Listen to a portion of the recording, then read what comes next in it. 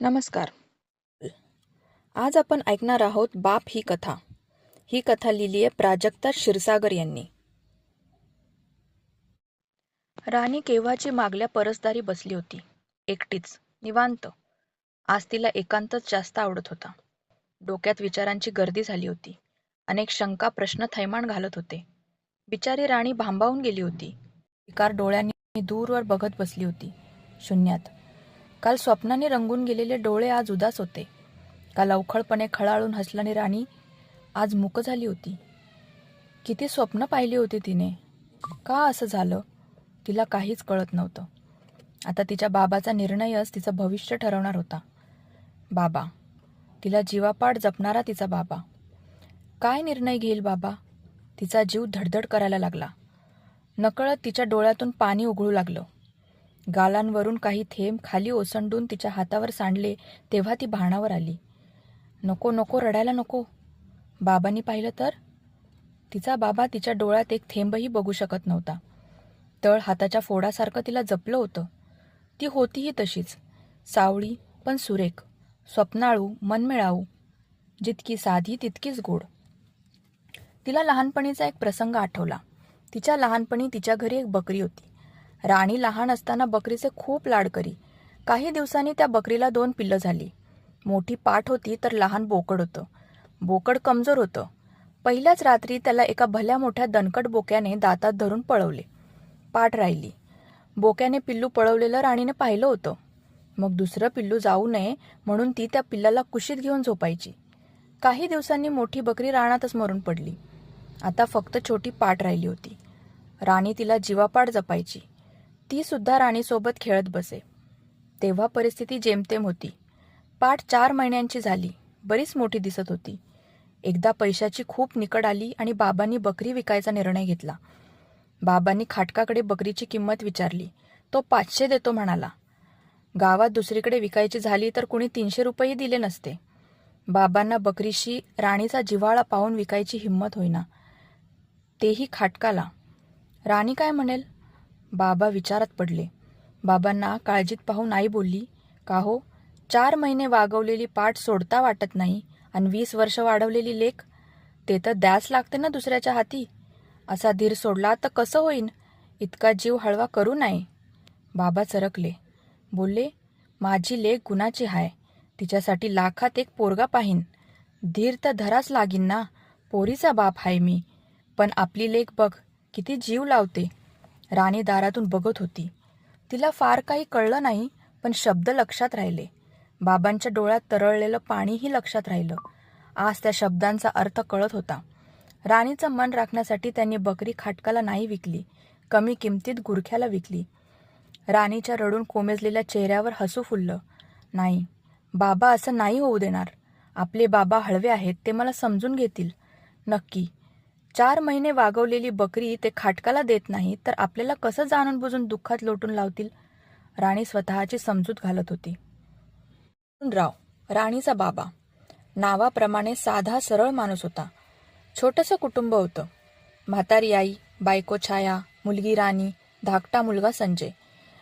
घरी वडिलोपार्जित कोरडवाहू जमिनीचा तुकडा होता. शेतीप्रसंगी मोलमजुरी करायचा. छाया त्याला हातभार लावत असे. राणी अरुणरावांची मोठी लेक. जशी जन्माला आली तसं त्यांच्या झोपडीतल्या जगण्याला राजवाड्याचं वैभव आलं. आई छायाने तिला छान वळण लावलं. तिचं वागणं बोलणं खूप सहज सुंदर, खूप मनमिळाऊ, समंजस. कोणाशी भांडण कधीच नाही. कधी कसला हट्ट नाही की रडपड नाही. आई बाबाला तिचा अभिमान वाटे. राणी हळूहळू मोठी झाली. दोघांनी तिला कधी काही कमी पडू दिलं नाही. जेही मिळालं त्यात ती खूप समाधानी होती. आपल्या आईबाबांच्या गरिबीचाही तिला अभिमान होता. तिने आपल्या वडिलांची मान कधी खाली जाऊ दिली नाही. भलेही तिला कधी तिच्या ओरड घालावी लागली असेलही. राणीला 12वीला चांगले मार्क होते. तिचं भविष्य उज्ज्वल होऊ शकलं असतं. पण बाबा वरच्या शिक्षणाचा खर्च करू शकणार नाही आणि तशी इच्छा दाखवली तर त्यांना वाईट वाटेल. म्हणून तिने BA करण्याचा निर्णय घेतला.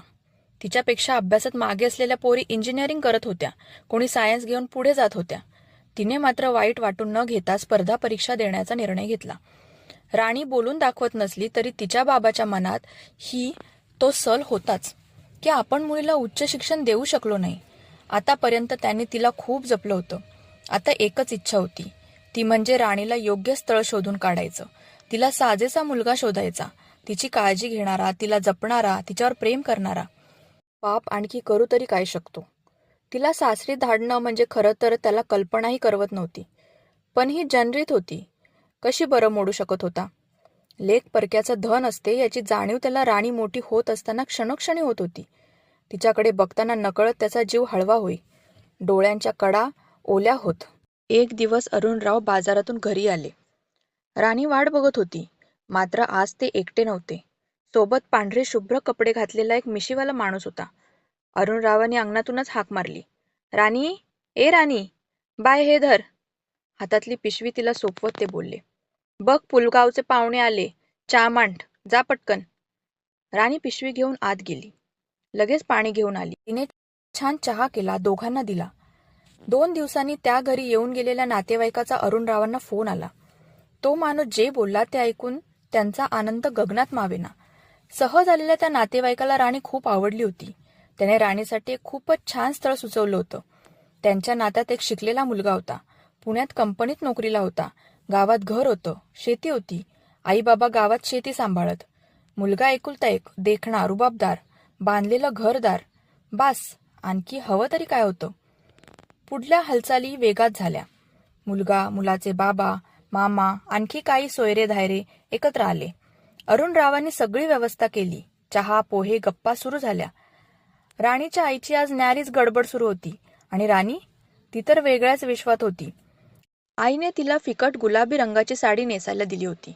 त्या साडीत ती खूपच खुलून दिसत होती, अगदी गुलाबाच्या कळीसारखी. तिचा तेजाळ सावळा वर्ण खुलला होता. लांबसडक केसांची साधीशी वेणी गुंफली होती. कृत्रिमतेचा गंधही तिच्या तयारीत नव्हता, पण ती खूपच सुंदर दिसत होती.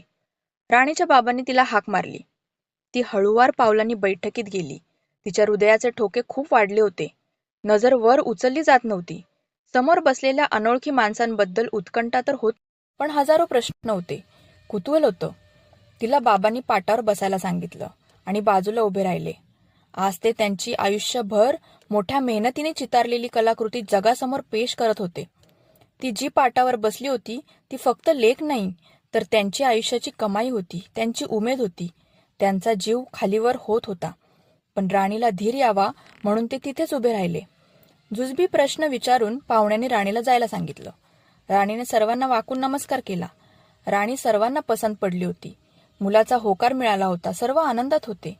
त्यात मुलाचे बाबा म्हणाले की त्यांना हुंडा म्हणून काहीच नको. तुमची मुलगी देताय तेच खूप झालं. नवरा मुलगा विशेष आनंदात दिसला. तोही देखणा होता. पुण्यात राहणारा असल्याने राहणीमान चांगलं होतं. स्वभावाने चांगला होता. पाहुणे परत जाताना आईने राणीला मागच्या दारातून मुलगा दाखवला. तोही उंचावून तिला शोधत होता. दोघांची नजरानजर झाली. राणीलाही तो मनोमन आवडला होता. तिची नजर लाजून झुकली होती. जवळचा मुहूर्त बघून दोघांचा साखरपुडा झाला. लग्नाची तारीख ठरली. अरुणराव, छायाताई आता वेगळ्या गडबडीत होते. घरी आता लगीनघाई सुरू झाली होती. लग्न महिनाभराने काढलं होतं. खूप कमी अवधी राहिला होता. इतक्या कमी वेळात कामं कशी करावी याचा प्रश्न होताच. तरीही सगळे जोमाने कामाला लागले. लेकीचं लग्न म्हटल्यावर दोघांच्याही अंगात उत्साह संचारला. अशात राणीही उजळली होती. विवाह ते म्हणतात ना, ते हेच असावं. ती खूप सुंदर दिसत होती. तिला तिच्या होणाऱ्या नवऱ्याने फोन गिफ्ट केला होता. त्याचा तिला फोन येई. श्याम पुण्यात कंपनीत कामाला होता. मित्रांबरोबर खोलीवर राहायचा. तो कंपनीतून आला की रोज राणीला फोन करायचा. मग रात्री बऱ्याच उशिरापर्यंत दोघे बोलत बसायचे. हे असं 15 दिवस सुरू होतं. तो बोलायला लागला की राणीला तिच्या अंगावर मोरपीस फिरल्याचा भास होई. तिला वाटे ह्याने बोलत राहावं आणि तिनं ऐकत राहावं. मितभाषी असलेल्या राणीला श्यामने बोलतं केलं होतं. तिच्या काळजाचा ठाव घेतला होता. ती त्याच्या फोनची आतुरतेने वाट बघायची. त्याचा फोन आला की तहान भूक विसरून जायची. श्यामने तिला सांगितलं होतं की त्याने दोघांना राहायला छोटी खोली शोधली आहे. 1 रूम किचन. त्यात दोघांचा संसार थाटण्याची दोघं स्वप्न बघत होती. तो तिला शहरातल्या गमती-जमती सांगत असे. तिला कुठं कुठं फिरण्याची स्वप्न दाखवत असे. तिच्याशी प्रेमाच्या गोष्टी करत असे. राणी सुखाच्या नव्या स्वप्नांच्या दिशेने एक एक पाऊल टाकत होती. हे उरलेले 15 दिवस तिला फार मोठे वाटत. तिला वाटे आत्ताच धावत जावं आणि दुसऱ्या क्षणी जवळ असावं त्याच्या. हे क्षण जादुई सफरीसारखे वाटत होते. ती त्याच्या प्रेमात पडली होती. आतापर्यंत तिला कधी लग्नाचा विचार करावा वाटला नाही. लग्न हा विषय निघताच तिच्या मनात कालवाकालव व्हायची. पण श्यामने तिची भीती घालवली होती. तो अनोळखी असला तरी आपला वाटे. त्याच्याबद्दल ओढ वाटे. मनात हुरहुर लागून राहायची. तिला वाटे बाबांनी तिच्यासाठी लाखात एक स्थळ शोधून काढलं आहे. पण आईबाबांकडे पाहिलं की तिचा जीव कासावीस होई. त्यांना सोडून जाण्याच्या कल्पनेने तिला रडू येत असे. आतापर्यंत त्यांनी खूप दुःख सहन केले होते. पण आता इथून पुढे ते सोबत असणार नव्हते. ती एकटी असणार होती. एकटी एकटी एकटी कशी? श्याम आहे ना, तो करेल ना सोबत, नेहमीसाठी. तिच्या चेहऱ्यावर हास्याची लकीर उमटायची. आई छायाला काळजी वाटायची. पोरगी रात्र रात्र बोलते. काही बरं वाईट झालं तर? ती राणीला बोलायची, काय ग ये पोरी, सारी रात जागली की काय? इतकं ग काय बोलायचं असतं? गेल्यावर बोलायचंच आहे की, मग कोण नाही अडवणार. पण राणी तिच्या धुंदीत होती. ही धुंदी जरा वेगळी होती, खूप वेगळी. रात्रभर जागून डोळे जरी तारटले असले तरी गालांवर मात्र गुलाब फुलत होते. त्या आई बाबांच्या नजरेतून सुटत नव्हते. ती रात्री श्यामच्या फोनची वाट बघत बसली होती. पण त्याचा फोन काही येईना. खूप उशीर झाला होता. तिच्या डोळ्यात झोप मावत नव्हती. तिने खूपदा त्याला फोन लावले पण तो उचलत नव्हता. उशीर झाला तरी ती आतुरतेने फोनची वाट बघत होती. परसात रातराणी फुलली होती. तिचा बेधुंद सुगंध दरवळत होता. मन मोहरून गेलं होतं. तिला त्याची खूप आठवण येत होती. म्हणून त्यानेच एकदा पाठवलेलं गाणं ती ऐकत बसली होती. काल तो तिला बोलला होता की आज कंपनीत कुणाचा तरी सेंड ऑफ आहे. तरी आतापर्यंत यायला पाहिजे होता. तिच्या मनात आता वाईट साईट विचार येऊ लागले होते. 12 वाजून गेले होते. ती अस्वस्थ झाली होती. तिने पुन्हा एकदा फोन केला. यावेळी त्याने उचलला. तिकडून हॅलो बोलण्याचा आवाज आला. पण तो आवाज अनोळखी होता. घोगरा, रागीट. ती पुचकळ्यात पडली. तिने घाबरून फोन ठेवला. पुन्हा फोन केला. रिंग गेली. यावेळीही फोन उचलला गेला. हां, हॅलो. तिला त्या आवाजात ओळखीचा सूर जाणवला. दारू पिलेल्या माणसाचा आवाज होता. तिच्या काळजात धस झालं. ती घाबरतच उच्चरली, हॅलो, कोण? कोण बोलतंय? पलीकडून आवाज आला. ज्याला फोन केला तोच बोलत आहे. बोल, कोण तुम्ही? राणीला विश्वास बसत नव्हता. तिने विचारलं, मी राणी बोलते. ती घाबरत पुढे बोलली, तुम्ही गंमत घेताय का माझी? तुम्हीच बोलता ना की? तिला काय बोलावं कळेना. तो बोलला, मीच बोलतोय, गंमत नाही करत. त्याचे शब्द अडखळत होते. तो शुद्धीवर नव्हता. तो काही बाई बरळू लागला, शिव्या घालू लागला. तिला काही कळेच ना. डोकं बधीर झालं होतं. हाच तो माणूस आहे का? हो, आतापर्यंत खूप सभ्य असल्याचा आवाणत होता. याचं खरं रूप कोणतं? नक्की हे की ते? असंख्य प्रश्न डोक्यात थैमान घालत होते. तिने अखेर त्याला विचारलं, तुम्ही दारू पिता? तुम्ही तर बोलले होते की तुम्हाला कोणतंच व्यसन नाही. खरं सांगा ना, गंमत करताय ना तुम्ही? ती निर्वाणीच्या सुरात बोलत होती. पण तो खूप नशेत होता. तो तिला शिव्या घालत होता. पेतो दारू, पेईन, तू कोण अडवणार? बायको? तो आसुरी हसायला लागला. तू याशी बोलायच्या नादात 15 दिवस झाले पेलो नाही. आज घेतली किती दिवसाची. लग्न झाल्यावर सरप्राईज देणार होतो. आताच समजलं तुला. तो अट्टल दारुडा होता.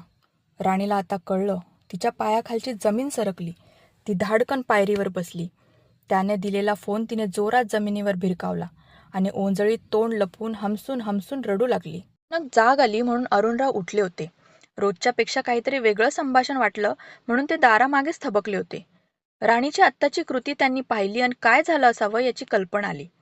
राणीला रडताना पाहून त्यांना सगळं समजलं होतं. ते हलकेच तिच्याजवळ गेले. त्यांची चाहूल राणी सावध झाली. अश्रू लपवण्याचा केविलवाणी धडपड करू लागली. पण बाबांनी तिला थांबवले. बोलले, बाळा, काही लपवू नको. मला सगळं समजलं पोरी. तो तुया लायक नाही पोरी.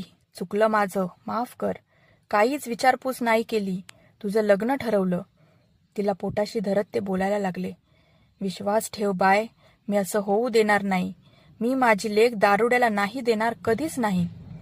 दुसऱ्या दिवशी अरुणराव सकाळीच गावाला निघून गेले. राणी परसदारी बसून वाट बघत होती. उपाशी होती. रडून रडून डोळे सुजले गेले होते. ती बापाची वाट बघत होती. बाबाच्या निर्णयाची वाट बघत होती. बाबा काय बोलून येतील? तिला प्रश्न पडला होता. तिच्या आयुष्याचा प्रश्न होता. तिने कधी आयुष्यात दारूचा वास देखील ओळखला नव्हता. अन अशा दारुड्या माणसासोबत ती लग्न कशी करू शकत होती? महिनाभरात घडून गेलेल्या सगळ्या गोष्टी तिला आठवत होत्या. बालपणीचे प्रसंग आठवत होते. बाबा, घर, बालपण सगळं काही आणि श्यामने दाखवलेली दिवा स्वप्न. तिच्या स्वप्नांचा इमला कोसळून पडला होता. सगळे अपेक्षा मोडल्या होत्या. तिला खूप असहाय्य वाटत होतं. अरुणराव परतले संध्याकाळीच. राणीला आवाज देत म्हणाले, राणी, बाय, मी मोडून आलो लग्न. त्यांना सांगून आलो. माझी लेक माझा अभिमान आहे, माझी हिंमत आहे. त्यांच्या दारुड्या पोराला मी पोरगी देणार नाही, कधीच नाही. राणीला पोटाशी धरून अरुणराव रडू लागले. राणी हुंदके देऊ लागली. तिच्या आयुष्यातलं एक भलं मोठं वादळ तिच्या बापाने उंबरठ्यावरून परत पाठवलं होतं. लग्न मोडल्यावर राणी जोमाने अभ्यासाला लागली.